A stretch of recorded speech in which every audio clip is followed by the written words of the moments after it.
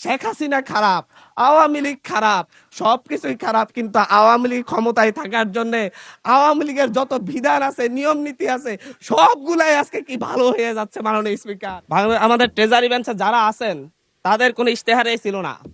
আমাদের বিএনপি দলীয় যেই ইশতেহার ছিল 31 দফা, 31 দফার 20 নং দফায় ছিল যে হচ্ছে মৃত্যু কিংবা কোনো দণ্ডে দণ্ডিত হওয়ার আগ পর্যন্ত কোনো সিটি কর্পোরেশন, পৌরসভা কিংবা স্থানীয় সরকারের কাউকে অপসারণ করা হবে না।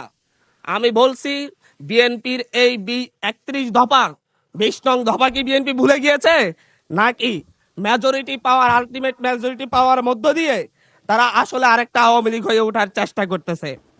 মাননীয় স্পিকার, এই এই বিলে বলা হয়েছে বিশেষ পরিস্থিতিতে বা জনগণের আশাকাঙ্ক্ষা বিশেষ পরিস্থিতি কিংবা 32 কয়ে বলা হয়েছে বিশেষ পরিস্থিতি অত্যাবশ্যক বিবেচনা করিলে বা জনস্বার্থে যে কোনো বা সকল পৌরসভার মেয়র বা কাউন্সিলরগণকে অপসারণ করিতে পারিবে। এই জায়গায় আমি বলতে চাচ্ছি মাননীয় স্পিকার, বিশেষ পরিস্থিতি বলতে কোনটি? আমাদের যে অধ্যাদেশ জারি করা হয়েছে সেই অধ্যাদেশ মূলত ফ্যাসিবাদের বিরুদ্ধে যখন বাংলাদেশে একটি সফল গণঅভ্যুত্থান হয়েছে, সেই গণঅভ্যুত্থানের মধ্য দিয়ে যখন যারা ভোট চুরি করে স্থানীয় সরকারের বিভিন্ন প্রশাসনের চেয়ার দখল করে রেখেছে তাদেরকে অপসারণ করার জন্য এই আইনটি, এই অধ্যাদেশটি জারি করা হয়েছিল। বিএনপি কি বর্তমান সরকার কি বিশেষ পরিস্থিতিতে বলতে আগামীতে বিএনপি যেই পথে হাঁটছে সেই পথে আরেকটা অভ্যুত্থানের আশঙ্কা করতেছে কিনা, যে আর মধ্য দিয়ে মূলত আবার বিএনপি দলীয় চেয়ার জবরদখলকারী যত যে প্রার্থীরা থাকবে তাদেরকে অপসারণ করার জন্য এই আইন করা হচ্ছে কিনা?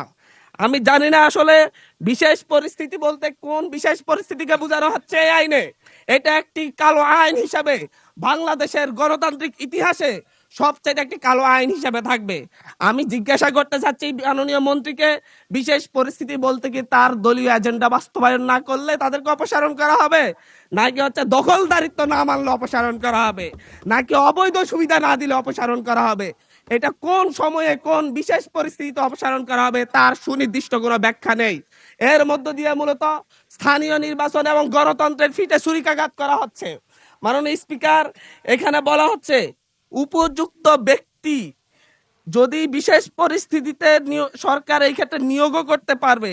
এ আইনের অন্যান্য বিধান কিংবা আপাতত বলবৎ অন্য কোনো আইন যাহা কিছুই থাকুক না কেন, সরকার বিশেষ পরিস্থিতিতে অত্যাবশ্যক বিবেচনা করিলে জনস্বার্থে কোনো পৌরসভা উহার কার্যাবলী সম্পাদনের উদ্দেশ্যে একজন উপযুক্ত ব্যক্তি বা প্রজাতন্ত্রের কর্মে নিযুক্ত উপযুক্ত কর্মকর্তাকে পরবর্তী আদেশ না দেওয়া পর্যন্ত প্রশাসক নিয়োগ করিতে পারিবে। উপযুক্ত ব্যক্তি বলতে কি হচ্ছে দলীয় কোনো নেতা কিংবা লাঠিয়াল হবে, নাকি হচ্ছে কোন মন্ত্রী এমপির সন্তান হলেই হবে? এটা উপযুক্ত ব্যক্তি বলতে কাকে বোঝানো হচ্ছে তা কিন্তু আমরা বুঝতে পারছি না মাননীয় স্পিকার।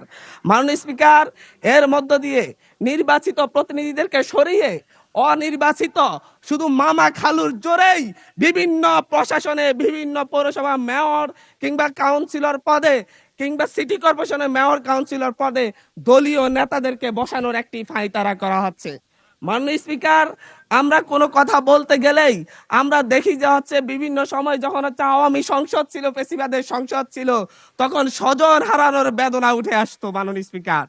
এখনো দেখা যাচ্ছে আমরা যখনই গণতন্ত্রের কথা বলি, যখনই স্থানীয় সরকারকে আমরা শক্তিশালী করার কথা বলি, তখন বলা শুরু করে আমরাই তো গণতন্ত্রের প্রবক্তা, আমরাই তো নতুন করে বাংলাদেশকে গণতন্ত্র উপহার দিয়েছি, আমরাই তো বাংলাদেশে নতুন গণতন্ত্রের পুনর্জন্ম দিয়েছি। 17 বছর ধরে আমরা লড়াই করেছি। 17 বছর ধরে লড়াই করেছেন বলে বাংলাদেশের গণতন্ত্রকে আবার গলা টিপে হত্যা করার সুযোগ নেই। আবার মাগুরা নির্বাচনের মতো আজকে বগুড়ার নির্বাচন এবং শেরপুর নির্বাচনের কারচুপি দেখেছি আমরা মাননীয় স্পিকার।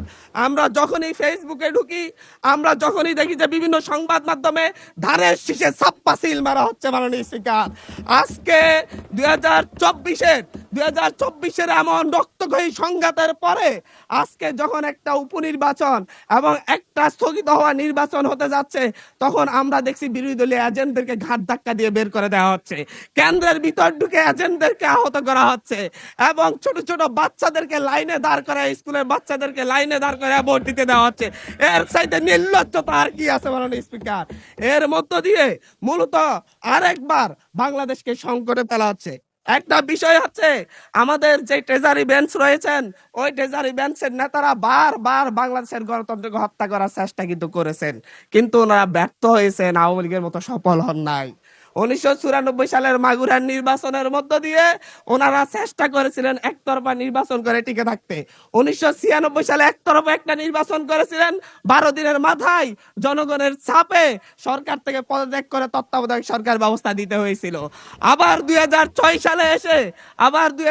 সালে এসে বিচারপতির 2 বছর মেয়াদ বাড়িয়ে তারপর আবার ক্ষমতায় থাকার বন্দী করেছিলেন, কিন্তু বাংলাদেশের জনগণ সেই সুযোগ দেয় নাই। চুরি করা যায়, কিন্তু চুরি করে সেটা আর হজম করা যায় না, যেটা আওয়ামী লীগ করেছে মাননীয় স্পিকার। ঠিক একইভাবে 2024 সালে এসে এখন 2026 সালে এসে এখন আবার চুরির ধান্দায় নেমেছে।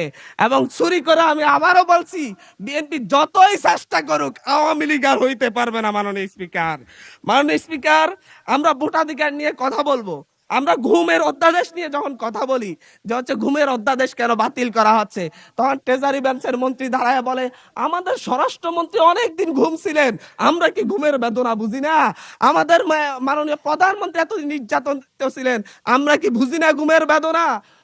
শেখ হাসিনার মতো স্বজন হারানোর বেদনা এত বেশি বুঝেন, কিন্তু এই ঘুমের অধ্যাদেশ, ঘুমের তদন্ত করতে হলেই আপনাদের সরকারি কর্মচারীর বিরুদ্ধে তদন্ত করতে হলে সরকারেরই অনুমতি লাগবে, সেই আইন করে যাচ্ছেন।